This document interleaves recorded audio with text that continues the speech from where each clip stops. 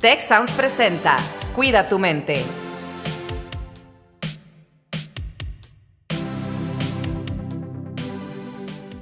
Hola, ¿qué tal a todos nuestros escuchas? Bienvenidos de nuevo a una edición más de Cuida tu mente. ¿Qué tal, Alex? ¿Cómo estás el día de hoy? Muy bien, Rosalinda, encantada de estar aquí y pues muy dispuesta a aprender del tema que vamos a platicar hoy. ¿Cómo estás?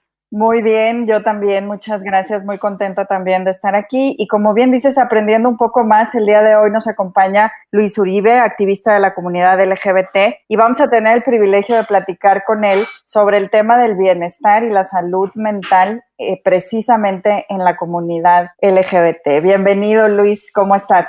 Hola, hola a todos, a todas, a todos. Muchas gracias por la invitación. Aquí estamos en un tema súper importante que todo el mundo debería de conocer.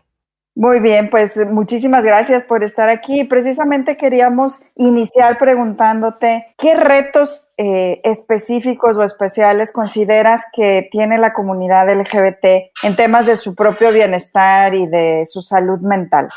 Uy, creo que son muchísimos, ¿no? Y va a variar también mucho de la zona en donde estemos, ¿no?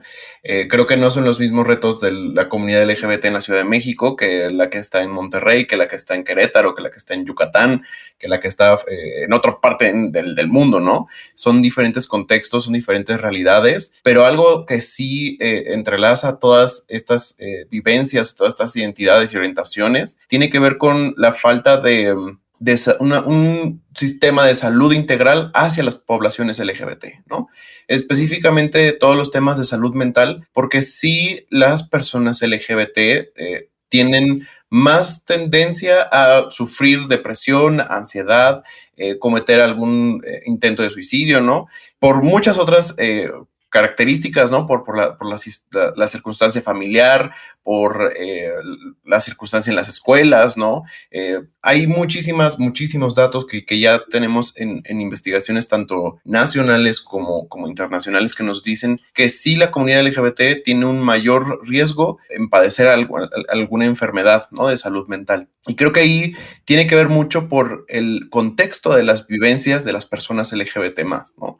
Sí tiene que ver mucho con la familia que puede llegar a rechazarte, ¿no? A ignorarte, a expulsarte de la casa, ¿no? Incluso hasta personas que en la escuela sufren algún tipo de discriminación o algún tipo de violencias, en las calles, ¿no? O sea, a veces para una persona LGBT la violencia, la discriminación está en todos lados, ¿no? Y no para de sufrir estas violencias o estas discriminaciones, ¿no? Creo que hay que hacer sí una aclaración. No es la misma vivencia las personas lesbianas, gays y bisexuales que las personas trans, ¿no? O sea, las personas trans además tienen ciertos retos, ¿no? O sea, hay una cifra que para mí me hace aterradora, ¿no? En México, el promedio de vida de una persona trans son 35 años. 35 años, cuando todos los demás podemos llegar a vivir 90, 95, ¿no? O sea, es casi la mitad de porcentaje de vida, ¿no?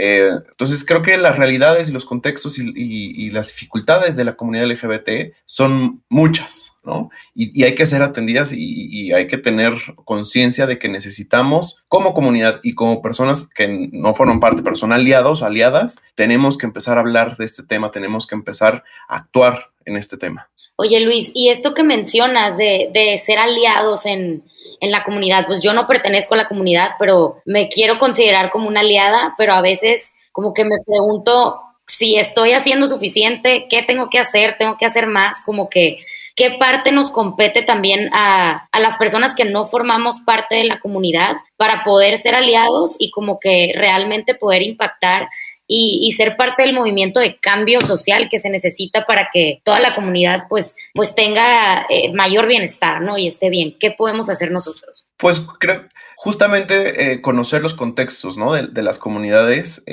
Justamente si tú te consideras una persona o quieres ser una persona que va a ser una persona aliada de la comunidad LGBT, es conocer las realidades de las personas de la comunidad LGBT, ser muy honesto con esa persona, decir, oye, pues quiero aprender, ¿no? De personas trans, por ejemplo, preguntarles cuáles son sus pronombres, cómo se identifica esa persona, ¿no? A veces son cosas bien chiquitas, pero que causan un efecto grandísimo, ¿no? ¿no? Sí hay estadísticamente en las escuelas, cuando hay una persona del personal directivo o de la academia, ¿no?, que apoya a una persona LGBT, en específico una persona trans, esa persona trans va no va a dejar la escuela, va a seguir creciendo, va a empezar a tejer esas redes de apoyo, ¿no? O sea, las personas aliadas también se vuelven una red de apoyo, ¿no? Algo que también podemos tener en consideración es que a veces las personas necesitan tiempo, ¿no?, para saber cuándo van a salir del closet y cuándo van a poder decirle a todo mundo que son ellas mismos, ¿no? Entonces también es respetar su salida del closet, ¿no? O sea,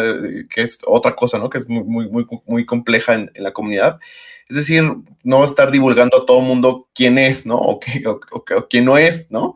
Entonces, son cosas que podemos hacer son cosas bien chiquitas, pero al momento para una persona LGBT puede ser enorme. Muy bien. Y, por ejemplo, en este caso dices, este momento es muy importante. ¿En qué momento la persona decide que está listo para comunicar a un círculo cercano y luego a un círculo más amplio? ¿Qué recomendaciones le harías como activista en la comunidad a, por ejemplo, familiares y amigos cuando ese momento llega? ¿Cuál es la forma en la que pues la persona se puede sentir aceptada, apreciada, comprendida en la medida de lo posible, entendiendo que cada experiencia es única y cada persona lo va a vivir de distinta manera? Sí, ahora sí, como lo dices, Rosalinda, cada persona va a tener una vivencia diferente al momento de salir del closet, ¿no? Hay salidas del closet mucho más sencillas, ¿no? Porque justamente vives en una familia un poco más aceptada, o empiezas a tener incluso generalmente las primeras personas con las que salimos del closet son nuestros amigos cercanos, ¿no? O sea, los amigos que sí contamos así con los dedos de la mano y decimos, ¿sabes qué? Tengo que contar algo y soy así, ¿no? O sea, yo me acuerdo en la prepa que las primeras personas que yo les dije que era queer, que era una persona gay, eran a mis mejores amigas, ¿no? A dos de mis mejores amigas, y fue como de, bueno, creo que ya lo sabíamos, pero gracias por decirlo, ¿no? Y después, cada quien va a tener su proceso, pero creo que sí el de la familia, ¿no? El de decirle a tus papás, a tu mamá, a tus tíos o a tu familia cercana, ¿no? De decirle esa realidad, híjoles, es bien complicado porque no sabes cómo va a reaccionar, ¿no? Y son parte fundamental de tus redes de apoyo, ¿no? La familia. Entonces, les cuento de mi contexto. Yo salí del closet en una pelea con mi mamá, ¿no? O sea, de las cosas que no se deben de hacer, ¿no? O sea, generalmente cuando queremos hacer una salida del closet, pues se tiene que hacer de una manera calmada, en un espacio, donde no haya tanto estrés, ¿no? Entonces, pues a mí se me salió porque estábamos peleando porque justamente estaba saliendo mucho con un chico, ¿no? Y mi mamá me estaba diciendo, pues es que sales mucho con él. Y pues a mí dije, ahí hubo un momento en mi corazón donde dije, ¿sabes qué? Ya, lo vamos a decir, ¿no? Y le dije, pues es que no estoy saliendo con mi amigo, estoy saliendo con mi novio, ¿no? Y hubo un momento así de silencio, lloramos. Afortunadamente mi familia ha sido muy abierta en el tema, muy supportive, son de las personas que más me impulsan, ¿no?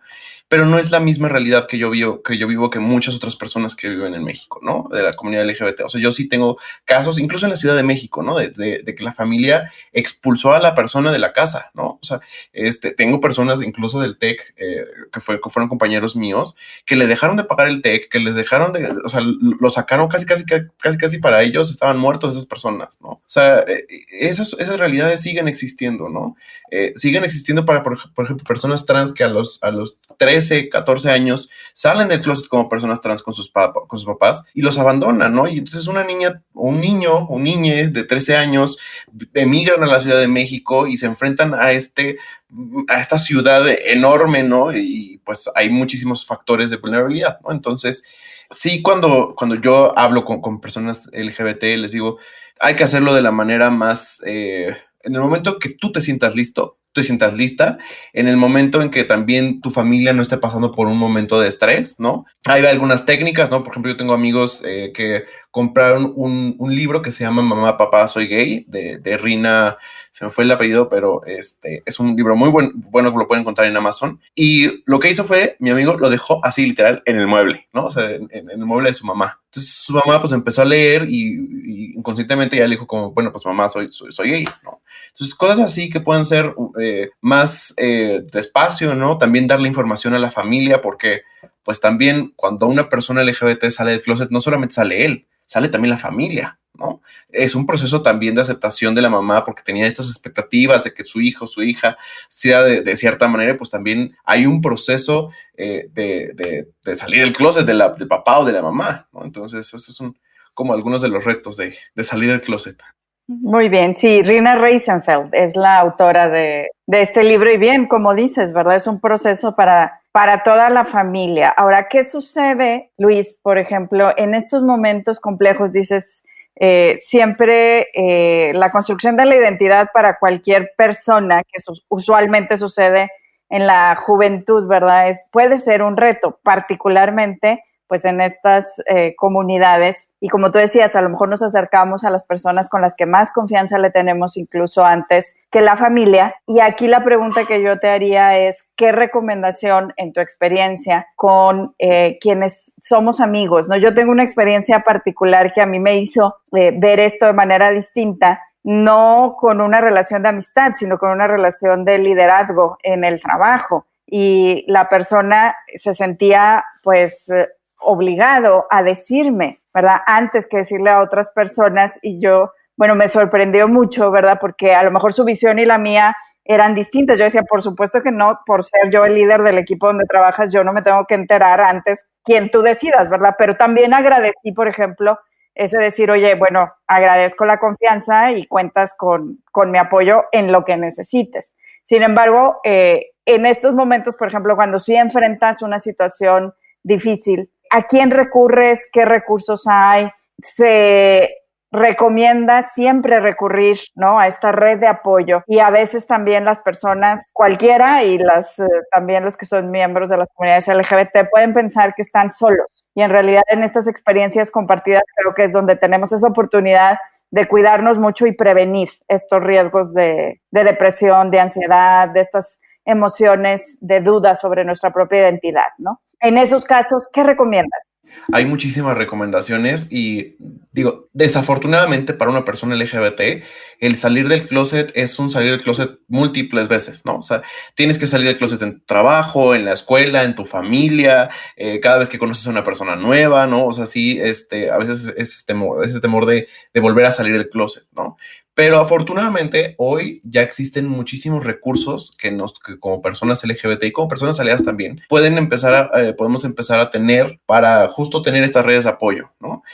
Algo primordial es que para la comunidad LGBT, la propia comunidad se ha vuelto una red de apoyo, ¿no? Aquellas personas que son tus pares, amigos, amigas, amigues, se han vuelto nuestra red de apoyo, ¿no? A veces hay cosas que no le puedes contar a tus papás o no le puedes contar a tus amigos heterosexuales, ¿no? O sea, hay cosas que solamente pasan entre la comunidad LGBT, ¿no? Entonces, sí se han vuelto, y la comunidad en todo el país, ¿no? Y en todo el mundo, se ha vuelto esta red de apoyo, ¿no?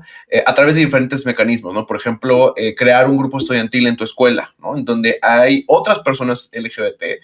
Como decía Rosalinda, a veces creemos que estamos solos, ¿no? Y que somos los únicos que están pasando por esto, y que qué va a decir la otra persona, ¿no? ¿Qué va a decir la otra edad? Cuando te das cuenta que hay personas como tú que se identifican de esta manera, ¿no? Y empiezas a generar estas redes de apoyo, bueno, es vital, ¿no? O sea, en las escuelas puedes hacer un grupo estudiantil, en el TEC ya muchísimos campus están haciendo sus grupos LGBT, en otras escuelas, incluso fuera de México, están creando sus grupos estudiantiles, donde no solamente es para informar a la comunidad, sino también es para apoyar a la comunidad, ¿no? En las empresas, por ejemplo, también se están creando estos grupos de empleados, ¿no? Estos BRGs o ERGs, que son Business Resource Groups, que son justamente propias de la comunidad LGBT, ¿no? Entonces, también yo trabajando puedo entrar a estos o puedo crear el grupo LGBT con recursos humanos, y ahí puedo compartir experiencias, situaciones, ¿no? Yo cuando yo cofundé el grupo LGBT acá en Campus Ciudad de México, ¿no? Entonces sí, lo que hacíamos un día era le llamamos el LGBT, y durante una vez cada 15 días tratábamos un tema, ¿no? Entonces hablábamos de nuestras experiencias para salir del closet, hablábamos de nuestras experiencias en el noviazgo, hablábamos de experiencias sobre salud sexual, ¿no? De diferentes situaciones. Ahora, también hay recursos en internet, y que creo que eso también ha sido un parteaguas para el apoyo de la comunidad LGBT, ¿no? Yo he conocido muchas personas que dicen, es que yo no me identifico, yo estoy buscándome cómo me puedo identificar o a qué comunidad puedo pertenecer, ¿no? Y de repente tengo una amiga que encontró este grupo de comunidad asexual en México, ¿no? Se unió y empezó a tener esta convivencia digital con otras personas y encontró su identidad, ¿no? Entonces, a través también del internet, a través de grupos en Facebook, Instagram, de WhatsApp, ¿no? Se vuelven también estas redes de apoyo, ¿no? Y hay un recurso que yo sí recomiendo muchísimo, es una organización aquí en México que se llama It Gets Better, que ellos hacen videos, justamente mucha comunidad LGBT, de cómo ha sido su proceso, ¿no? Al salir del closet, y algo bien bonito es que al final dicen, pues todo mejora, ¿no? O sea, al final todas las personas LGBT podemos tener un final feliz, ¿no? Entonces, esa es otra red de apoyo. Y si también alguien quisiera, It Gets Better en sus páginas los miércoles a través de Facebook, tienen algo que se llama La Hora Segura, que es una línea de atención psicológica abierta todo ese miércoles para atención hacia la comunidad LGBT. Se me hace buenísimo que mencionas todo esto, Luis, porque justo estaba pensando como en la parte de este año que hemos vivido, el COVID, el aislamiento, o sea, ¿qué pasó? ¿Cómo se hacen esas redes de apoyo por medio de las redes sociales? Que siento que ahora pues todos estamos a un clic de poder conseguirlo, pero creo que incluso por redes sociales a veces puede ser un poco difícil, ¿no?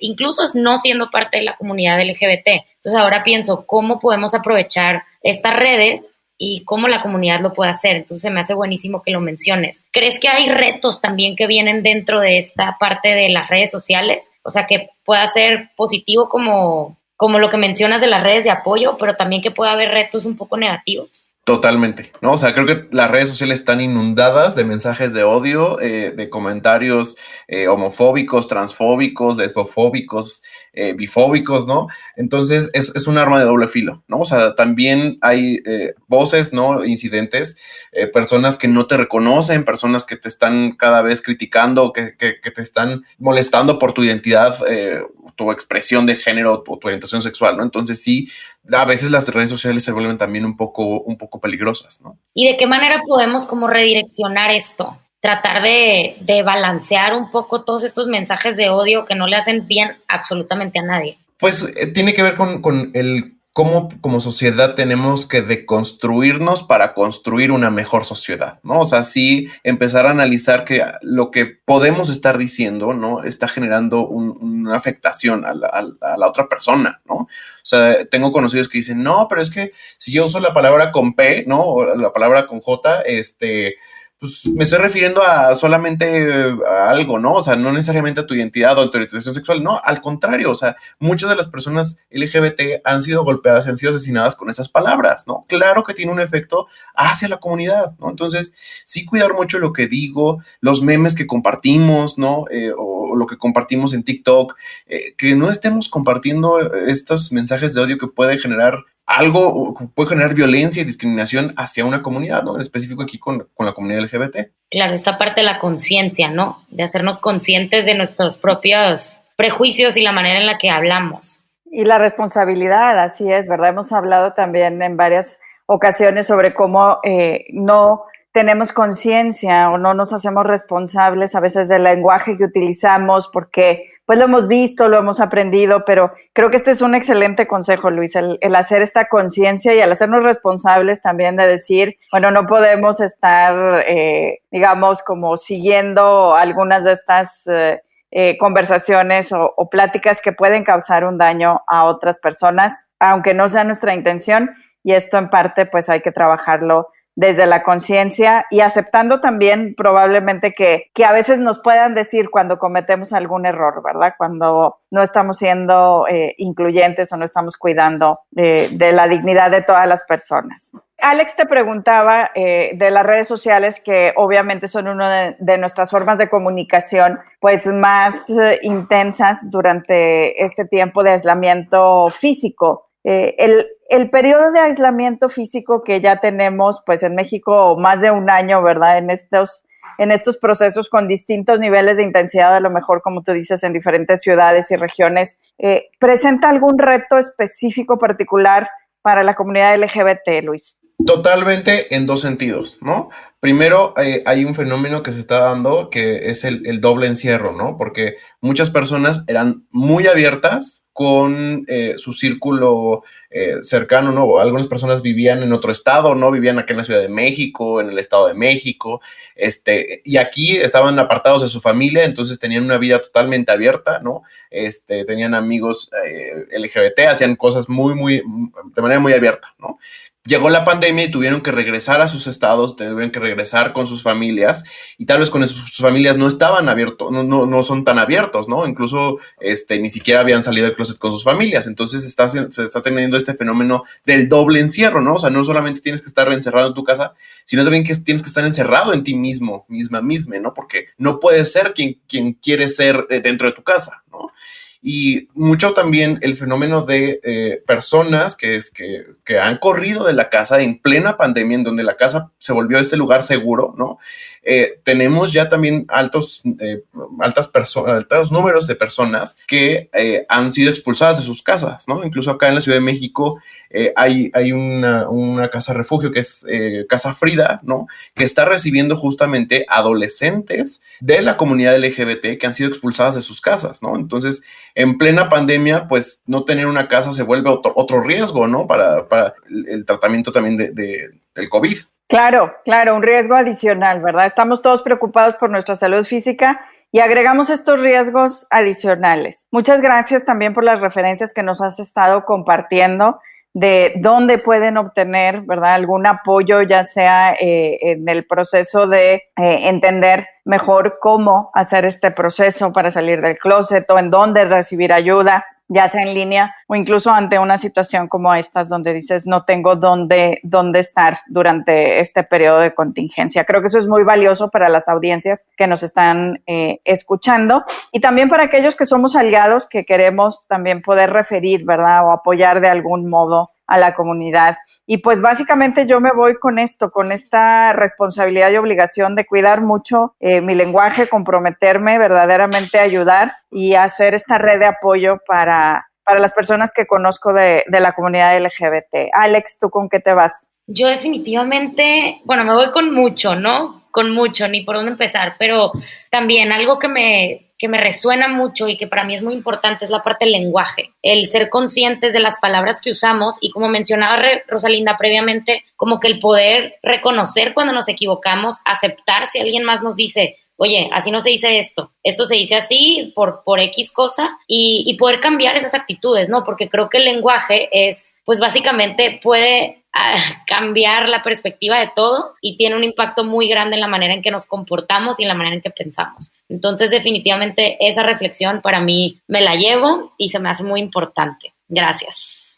¿Algo que quieras comentarnos, Luis, para despedirnos del programa? Pues que conozcan un poquito más de la realidad de la comunidad LGBT en cada uno de los estados, en cada una de las ciudades, que puedan justamente, además de cuidar el lenguaje, pues también apoyar alguna organización, ¿no? O alguna organización de la sociedad civil que apoya los temas LGBT o los temas de derechos humanos. Algo que yo siempre le recomiendo a mis amigos bugas heterosexuales, ¿no? Yo les digo, siempre vayan a una marcha del orgullo, ¿no? Siempre tenemos este prejuicio de no, es que la marcha del orgullo y van por están todos desnudos. Al contrario, es un ambiente bien bonito de aceptación, de empatía, de reconocimiento a la dignidad humana, de reconocimiento a la otra, está lleno de alegría y cuando entienden que el mensaje tiene que ser de amor, ¿no? De amor a ti mismo, a ti misma, a ti misma y de amor a la otra persona, empezamos a ser más empáticos con la comunidad LGBT. Entonces, pues muchísimas gracias por abrir este espacio muy necesario y sigamos hablando de las diversidades y de la comunidad LGBT. Pues muchísimas gracias a todos los que nos escucharon y a Luis Uribe, activista de la comunidad LGBT. Y nos despedimos con este mensaje de empatía, de aceptación y de alegría, sin duda. Muchísimas gracias, Alex. Muchas gracias. Si quieres conocer más sobre cómo cuidar tu salud, te invitamos a escuchar Hola de Salud, el podcast en el que nuestros expertos te darán consejos para vivir de manera sana, equilibrada y feliz. Escúchalo en Spotify, Apple Podcast y Google Podcast.